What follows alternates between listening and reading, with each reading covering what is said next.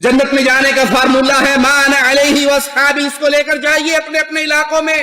قبروں کو پوجنے والوں، بتاؤ کیا نبی صلی اللہ علیہ وسلم کے دور میں سیدہ خدیجہ کی قبر کا مزار بنا؟ عرس لگے، صحابہ نے وہاں کر موم بتیاں جلائی، چادریں چڑھائی، دیے جلائے، بکروں کی نیاز دی۔ سوچ لیں، واضح ترین باتیں ہیں، کھلی ہوئی حقیقت ہے۔ یہ آپ کو فارمولہ دیا ہے میرے آقا نے، ما انا علیہ واصحابی۔ اب جس میں چلنا ہے جنت کے لیے، اس کے لیے یہ چمکتا ہوا راستہ ہے۔ عبداللہ ابن مبارک فرماتے ہیں میرے نزدیک وہ کون لوگ ہیں، ما انا علیہ واصحابی کی تعریف سنیے، یہ جملہ فٹ کس پہ ہوتا ہے؟ وہ کون لوگ ہیں؟ فرمایا وہ اہل الحدیث ہیں، وہ ہیں جو نبی کریم صلی اللہ علیہ وسلم کی حدیث کو تھامتے ہیں ہر مسئلے میں۔ نماز حدیث رسول دکھائیے، روزہ حدیث رسول دکھائیے، نماز سے پہلے نیت کر رہا ہے حدیث رسول دکھائیے۔ اگر آپ نے ویلڈنگ کی بھی ہے، کچھ لگایا ہوا ہے تو ہم ماننے کے لیے تیار۔ ویلڈنگ بھی ہوتی ہے یا نہیں؟ نماز پڑھنے والا آتا ہے نماز پڑھنے کے لیے، نماز کہاں سے شروع ہوتی ہے جی؟ اللہ اکبر، نماز شروع ہو گئی۔ صحیح بخاری میں ابن عمر کی روایت، نبی صلی اللہ علیہ وسلم جب نماز کی ابتدا کرتے تو کیا کہتے؟ اللہ اکبر۔ ہاتھوں کو اٹھاتے، کہاں تک اٹھاتے؟ کندھوں کے برابر۔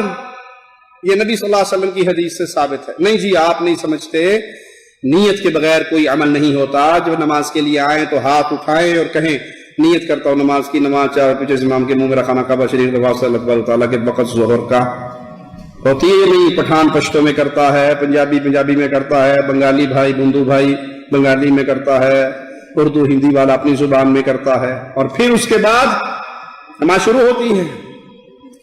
اگر رسول اللہ صلی اللہ علیہ وسلم نے یہ عمل کیا ہوتا تو کس زبان میں کیا ہوتا جی؟ عربی میں۔ اللہ کے نبی صلی اللہ علیہ وسلم کو تو پشتو نہیں آتی تھی نا، نہیں آتی تھی۔ کس زبان میں کرتے؟ عربی میں۔ تو جب اللہ کے نبی صلی اللہ علیہ وسلم عربی میں کرتے تو آپ اور میرے اور کائنات کے ہر انسان کے لیے لازم ہو جاتا کہ یہ نیت کے الفاظ کس زبان میں ہوں۔ جیسے فاتحہ پشتو میں ہو سکتی ہے نماز میں، اردو میں، تو پھر نیت کے الفاظ بھی اس زبان میں ہو سکتے۔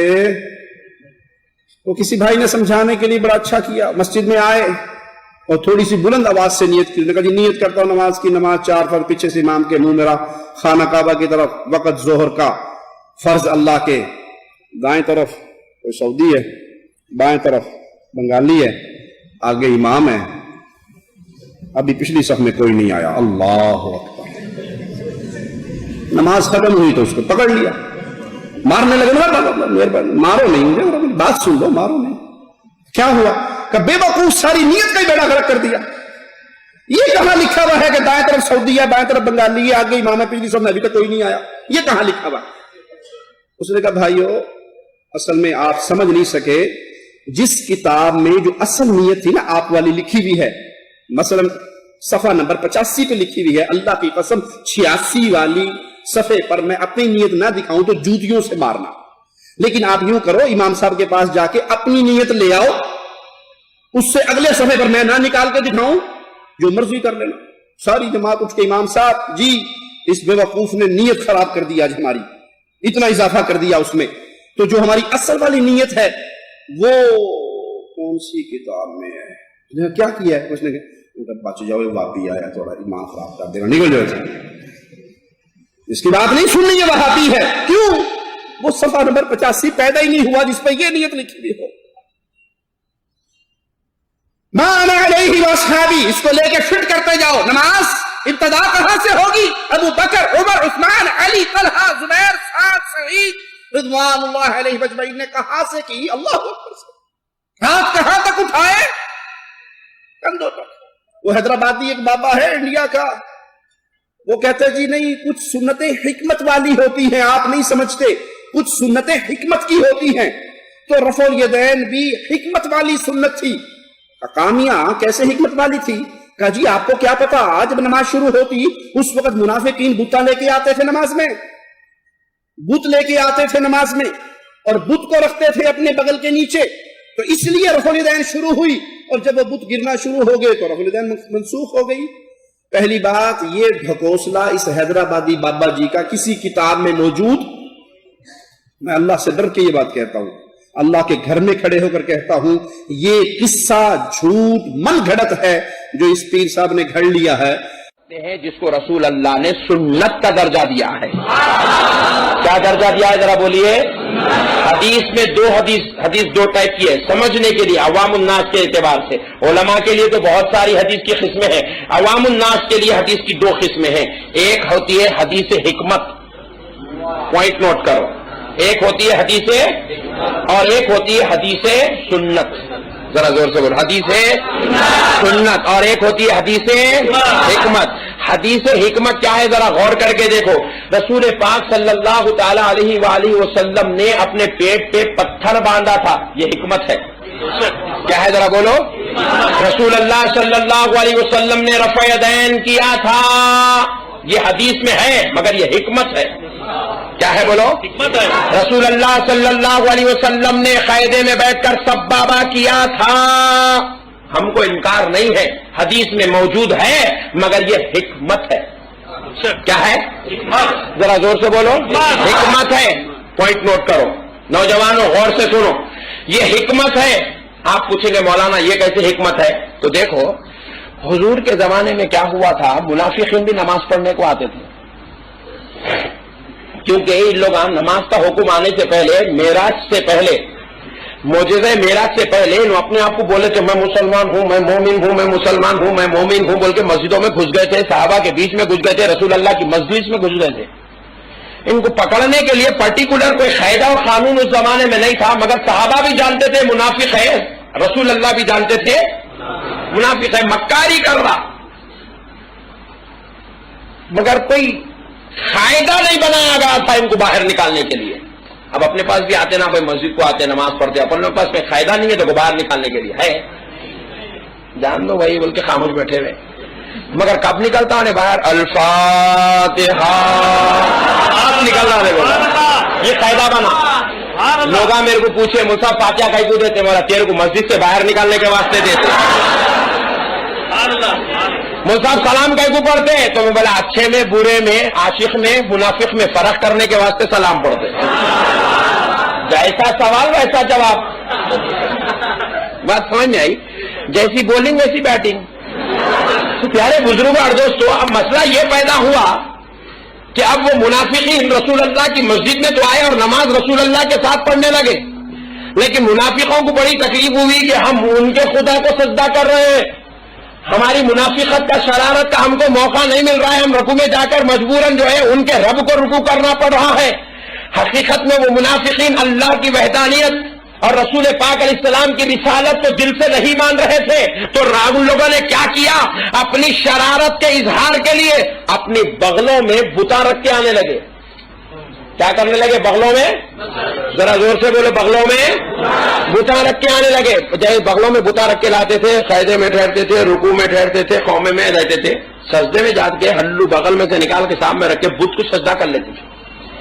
بولے ٹینشن ختم، صحابہ کو معلوم ہے کہ ہم مسلمان ہیں، سجدے کو معلوم ہے کہ ہم کافر ہیں، بھی ایسی کرنے لگا۔ یہاں بولتے ہیں ہم بھی سنیا بھائی، سنیا ویسے امریکہ کو جا کے بول رہے ابھی صحیح مسلمانوں کو توڑنے کا ہمارے پاس پلان ہے، لاؤ کتنے دے رہے۔ پیارے بزرگ اور دوستوں، بہرحال منافقین بتوں کو رکھ کر مسجد میں آنے لگے، سجدے کرنے لگے۔ صحابہ اکرام دیکھ لیے، دیکھ کر عرض کرنے لگے یا رسول اللہ، لگا نیا کام شروع کرے، نماز میں سجدہ خدا کو نہیں بت کو ہونا ہے، بتوں کو بغلوں میں رکھ کے لا رہے ہیں اور اس کے بعد سجدے کر رہے ہیں۔ رسول اللہ نے کہا اچھا اتنی بہترین گیم کھیل رہے ہیں تو پھر آؤ ان کی گیم کو توڑنے کے لیے ہم ایک مسئلہ شروع کرتے ہیں، ایک حکمت شروع کرتے ہیں، ایک عمل شروع کرتے ہیں، ایک کام شروع کرتے ہیں۔ صحابہ اکرام نے پوچھا یا رسول اللہ کیا کام شروع کرتے ہیں؟ نبی نے فرمایا جب میں رکوع میں جانے کے لیے تکبیر کہوں تو تم لوگ ہاتھ اٹھا دینا، میں بھی ہاتھ اٹھاتا ہوں، تم بھی ہاتھ اٹھا دینا۔ جب ہم رکوع میں جا کر آ جائیں گے میں بھی ہاتھ اٹھا دیتا ہوں، تم بھی ہاتھ اٹھا دینا۔ میں جب سجدے میں جانے کی تکبیر کہوں میں ہاتھ اٹھا دیتا ہوں، تم بھی ہاتھ اٹھا دینا۔ ایک وقت بغل میں سنبھالیں گا، دوسری وقت سنبھالیں گا، تیسری وقت سنبھالیں گا، سجدے میں جانے سے پہلے نیچے گر جائیں گا۔ حکمت تھی، پوائنٹ نوٹ کرو، حدیث تو ضرور ہے مگر یہ حدیث حکمت ہے، یہ حدیث سنت نہیں ہے، یہ نبی کا ہمیشہ کا طریقہ نہیں ہے، یہ وقت تھا، یہ سچویشن تھا، یہ ماحول تھا، یہ کیٹیگری تھی، یہ منافقین کا پردہ فاش کرنا تھا۔ تو نبی نے کیا کیا؟ رفع یدین شروع کیا۔ اب وہ دن وہ رفع یدین 20 دن تک چلتے رہے، 2 مہینے تک چلتے رہے، 3 مہینے تک چلتے رہے۔ صحابہ دیکھتے گئے، نبی کا نماز کا طریقہ بیان کرتے گئے، ملنے والوں سے حدیث ملتی چلے گئی، پھیلتی چلی گئی۔ امام بخاری کو ملی، ایتھنٹک تھی، صحیح تھی۔ امام بخاری نے بخاری میں کوڈ تو کیا، مگر امام اعظم نے بتایا ہر حدیث صحیح تو ہوتی ہے لیکن ہر صحیح پر عمل نہیں ہوتا ہے۔ عمل حکمت والی حدیث پر نہیں، سنت والی حدیث پر عمل ہوتا